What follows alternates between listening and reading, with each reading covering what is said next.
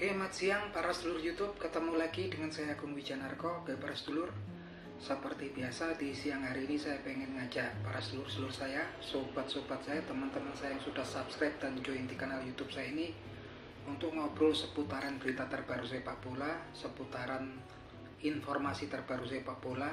Jadi teman-teman, semalam ada dua laga penting di grup D, yaitu pertama adalah timnas sepak bola Irak ya, bertemu dengan Jepang, kemudian Indonesia bertemu dengan Vietnam. Jadi di gelaran Piala Asia Qatar ini semalam nih saya betul-betul ngerasa tegang teman-teman, karena memang pada laga pertama ya, sekitar jam 8 ya, 8 malam semalam itu, ketika timnas Irak ketemu timnas Jepang tuh saya betul-betul tegang nontonnya. Walaupun bukan negara saya, tapi saya sejujurnya pegang Irak ya. Dan betul, Irak semalaman itu pada awal laga pertama kali memang Irak targetnya juga cuma mencari draw sebetulnya. Tapi kemudian awal laga itu bikin gebrakan ya Irak ya, melakukan serangan agresif ke Jepang gitu kan.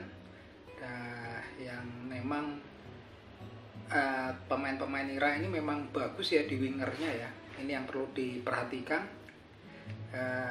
Memang dia agresif di babak pertama itu, langsung kemudian berusaha mendeterminasi permainan, sehingga ketika menit 17 tuh Aiman Hussein melalui umpan crossing dia ini ya bisa masukkan gol ya, tandukan. Dan kemudian Jepang nggak tinggal diam, namanya juga tim kelas dunia yang memang peringkatnya di atas Irak ya, melakukan serangan, kemudian ngepung ya, menguasai mendeterminasi permainan, memborbardir posisi Irak. Tapi Irak memang sepertinya memang sudah disusun strateginya oleh Jesus Casas ya. Jesus Casas ini memang kayaknya memang udah meracik strateginya, lagi-lagi dengan counter attack lewat crossing lagi ya. Aiman Hussein bisa menyeploskan ya lewat crossing dari sayap, bisa mengegulkan lagi ya melalui tandukan gol Jepang. Alhasil Jepang itu tertinggal 2-0 babak pertama. Tapi Jepang juga nggak tinggal diam. Akhirnya ketika setelah 2 gol tersebut, sepertinya Irak juga nggak bisa apa-apa, karena memang kemudian dikepung oleh para punggawa Jepang ya. Alhasil ball possession itu penguasaannya sekitar 65% ya, itu 65% 70% dikuasai oleh Jepang. Tapi di sini Irak ini pertahanannya juga aktif ya. Dia sepertinya kalaupun Jepang menguasai bola, memang nggak membiarkan pemain Jepang berlama-lama megang bola. Pasti dikejar terus, mau strikernya pemain belakang tuh, striker Irak juga ngejar, high pressure ya, dia nekan terus, nggak boleh pemain Jepang itu kemudian leluasa megang bola ya. Dan ini memang sepertinya didukung oleh fisik, power dan kecepatan pemain Irak, sehingga juga nggak berhasil dengan baik serangan-serangan Jepang ini ya. Pertahanan Irak memang top semalam saya lihat itu, dan memang sampai babak kedua juga dibombardir, dan sesekali Irak itu memiliki peluang dengan counter attack ya, salah satunya oleh Mohanad Ali ya, sempat gagal, sempat beberapa counter attack dari Irak. Tapi memang sepenuhnya semalaman setelah 2 gol dari Irak praktis kemudian bertahan dan memang dikepung oleh Jepang, sampai kemudian Jepang juga menurunkan pemain-pemain andalannya sekelas Daizen Maeda juga yang memang perkuat Glasgow Celtic, diturunkan semua itu ya, diturunkan. Nah, Takumi Minamino juga memang sepertinya juga sangat menguasai permainan, tapi memang Irak memang solid banget pertahanannya semalam, sehingga memang sampai menit-menit terakhir pun masih dikepung Irak ya, sampai akhirnya Masaru Endo kemudian bisa menceploskan bola ya. 2-1 sampai pertandingan berakhir, Irak akhirnya menang dan saat ini memimpin klasemen grup D. Dan kemudian setelah itu setengah 10 selesai tegang saya, plong ketika Irak menang, jago saya, kemudian saya nonton Indonesia, timnas kesayangan kita bersama ya. Sebelumnya saya juga agak ragu ketika nonton timnas Indonesia ya, karena melihat 4 pertandingan terakhir ya, 3 uji coba, kemudian terakhir lawan Irak juga memang kemudian mengalami kesulitan.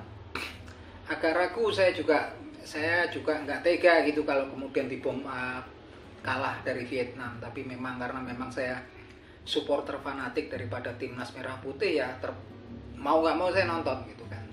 Saya nonton dan memang akhirnya tersaji permainan yang seru di awal babak pertama. Seperti di luar dugaan timnas kita menguasai, mendeterminasi ball possession ya, walaupun kemudian kalau kita lihat penyelesaiannya kurang ya, beberapa peluang ya, penyelesaian kurang, dan memang kemudian sepertinya Vietnam bisa regrouping, mulai menguasai bola ya, menguasai penguasaan bola. Akhirnya memang sempat Vietnam juga beberapa kali mengancam gawang Indonesia, dan saya memang tegang nonton semalam karena memang sepertinya Vietnam juga beberapa kali memang membahayakan gawang Indonesia, walaupun kemudian kesempatan untuk mencetak gol itu kemudian muncul ketika Rafael Struijk dilanggar, ketika dia Rafael Struijk menguasai bola di kotak penalti, kemudian salah satu pemain bertahan Vietnam juga kemudian menarik jersinya Rafael Struijk, dan wasit kemudian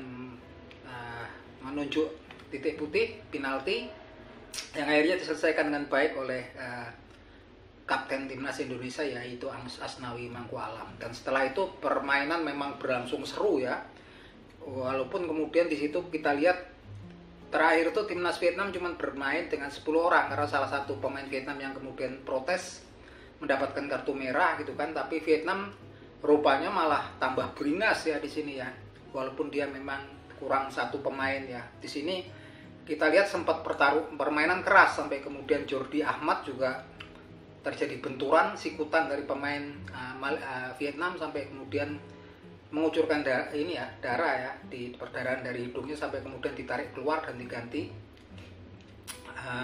Dan ada beberapa pergantian di timnas Indonesia, tapi Vietnam juga gak mengendurkan serangannya terus menerus ya. Sampai kemudian juga pergantian itu dilakukan, seperti Asnawi Mangku Alam diganti, kemudian Yance Sayuri yang biasanya di sayap kemudian ditarik ke belakang mundur, dia replace si Asnawi Mangku Alam. Ke depan kemudian ada Adam Alis, dan kemudian Rafael Struijk juga diganti oleh Hoki Caraka ya teman-teman. Tapi kalau kita lihat di sini ya teman-teman,